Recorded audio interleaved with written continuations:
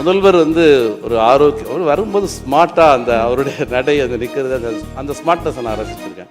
இந்த ஸ்மார்ட்னஸ்க்கு பின்னாடி, அவருடைய ஆரோக்கியத்துக்கு பின்னாடி இருக்கிற அவருடைய துணைவியார், எங்களுடைய அண்ணியார் துர்கா ஸ்டாலின் அவர்களுக்கும் இந்த நேரத்தில் நான் நன்றியை சொல்றேன். ஏன்னா முதல்வர்களை உருவாக்கி விடலாம், ஆனால் தலைவர்களை யாரும் உருவாக்கி விட முடியாது.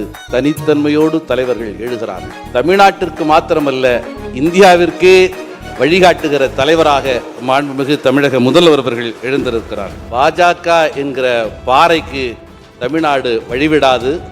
ஆனால் பாசத்தின் தேராய், பசுமரத்து வேராய் இருக்கிற தமிழக முதல்வர் அவர்களே, உங்கள் தலைமையிலான இந்த கூட்டணியின் வருகைக்கு தமிழகம் காத்திருக்கிறது. எத்தனையோ தலைவர்கள், முதல்வர்கள் இந்த இடத்துல இருந்திருக்கிறாங்க. யாரும் சந்திக்காத மிக மோசமான நெருக்கடிகளையும் அவதூறுகளையும் சோதனைகளையும் நம்முடைய முதல்வர் சந்தித்திருக்கிறார். எல்லாவற்றையும் மிக இயல்பாக தாங்கி கடந்து போகிறார். அது அவருடைய பெரிய கரிஷ்மாவா நான் பார்க்குறேன்.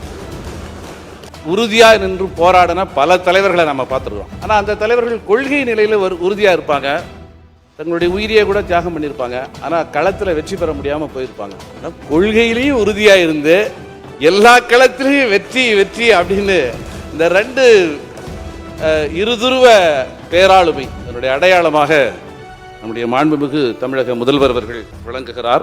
எதிர்கால சந்ததியை கணக்கில் கொள்ளுகிற பண்பாட்டு தளத்தில் கவனம் செலுத்த முடியாது. ஆனால் அரசியல் களத்திலும் பண்பாட்டு தளத்திலும் தமிழகத்தை தலைநிமிர்த்தி இருக்கிற ஒரு பேராளுமை நம்முடைய மாண்புமிகு தமிழக முதல்வர் அவர்கள்.